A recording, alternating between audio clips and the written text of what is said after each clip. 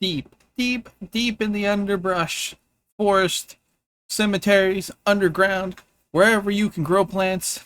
I mean, they don't grow with sunlight, so that makes them even more terrifying, the picture, but where you can grow plants, the yellow musk creeper grows a wide variety of it. One of those infestations that if you don't take care of in advance, you got a problem. A deadly problem. Particularly, it's not exactly the most amazing creature in the world, but when you have creeping vines that can latch on and infest an environment fairly quickly, you don't want to leave it around. Particularly feasting itself on humanoids, aiming to draw in more by attracting attention. I'm not sure for sure what you're going to do with it, but in and of itself, it is a practical creature for it, what is provided in stats wise. It's commonly, probably more common than you see in battlegrounds, where it gets most of its lush nutrition from corpses and residing leftover blood. And it's pretty much a pseudo, I guess, fungus mixed with plants in the end, more than anything else that comes down to. In and of itself, its baseline constitution of stats, I mean, it's scary, it kind of moves around and even know, but it can move, crawl, get wherever. It actually has a fairly good chance to hit you, considering it's only a CR2, and deals quite a bit of damage, which is kind of scary. And as it being a plant, it's immune to pretty much like half the conditions in the game. There's not very many things you can even do with it. Immunity trip, because who the hell's tripping a plant? I don't know, but they're doing it. Naturally, it's circumstantial treasure to go and deal with, because it's whatever's on them. But in most cases, it plays the bait and switch game of waiting around. Primarily, it functions off using its pollen spray, which pretty much the mushroom tactic of poof, and once it catches on, it puts you in a trance, dragging you over to make it even easier to go and do it. And once it traps you in, it prefers you a living host. Because once then, it creates these lovely, lovely creatures of choice. A nice, musk zombie. Infesting and burrowing its vines straight into the brain, infesting the muscles, puppeteering your now, well, you're not dead, unfortunately. You probably will be shortly, but the time it takes for the body to fall apart once it invests is well longer than it wants to be. And especially since it has to drain your intelligence to slowly go onto it, which probably isn't going to be the most amazing. So it ends up being several rounds, considering it's only a 1d4, and that's at least 2 or 3 rounds on average for pretty much common ones. I mean, adventurers, it's going to be really short, because there's a lot of adventurers who only have 7 to 8 intelligence. So it is effective against adventurers for the average choice of dropping your intelligence into the pit of death. The creature in and of itself comes into being one of those environments. It actually involves itself in several different choices to go with, seeing as how it can basically do plant mutation stuff. You crossbreed it with other plants to pollinate it and other things. Namely, it's got 2 major settlements in Gloria.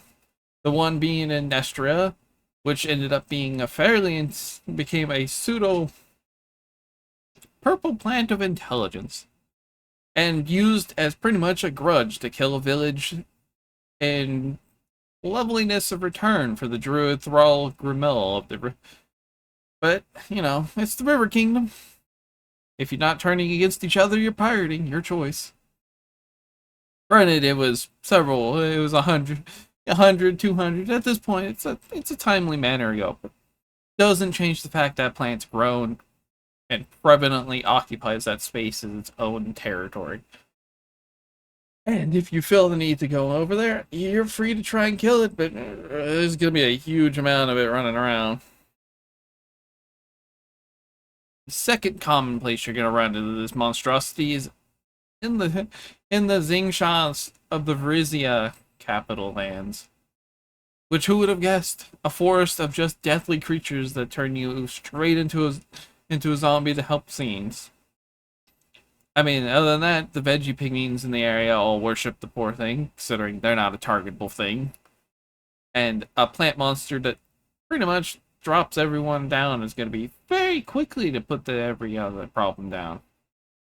As for practical uses, it is definitely a cool one to go with. Because to be fair, you can bring in a settlement, drop this bad boy, and say, I don't know, drop it over into this lovely, like, cabin over here, infested go for it, gets the trees going. You could be underground. Heck, you could probably make a water-based one and shove that baby into the water and pretty much use drowned victims as puppeting corpses. You could use an underground well. It is a variety species that you can just invest, shove around, and use. And even make whole campaigns out of it if you really feel like it. Do the whole zombie apocalypse without being zombies. Because the positive note, and it's probably the most useful part of it. I don't know how I didn't bother to go for that, but sure, whatever, we'll work with it. Because of that lovely zombie features that's rated to go for. That's the one I'm looking for. I can't tell. The pictures are tiny as all get out. But they use zombie stats, which is convenient. And because they're zombie stats, they can pretty much enjoy themselves going in and out of... Where did I throw that picture of stats? Well, whatever. They use zombie stats. And the luxury of them being zombie statted is you just get to enjoy their mindless, controlled bodies. But, unlike zombies, you get the best anti-cleric defense. Because now you have plant-based zombies that are immune to being turned, negative energy, well, positive energy type, I guess is more accurate to say. And you'd think the Blight Druids would finally go out of the way to put it down, but confusions are confusions. But the plant-based alternative to a zombie pretty much guarantees this thing's going to live a lot longer than you probably want to see it. And since it's a plant, it probably can grow in a lot of environments you don't want it to. Much like many grass and fungus, just a little bit of water and a little bit of dirt, and this thing's going to grow everywhere. And enough bodies in the area, you're going to be crouching on this problem with everything.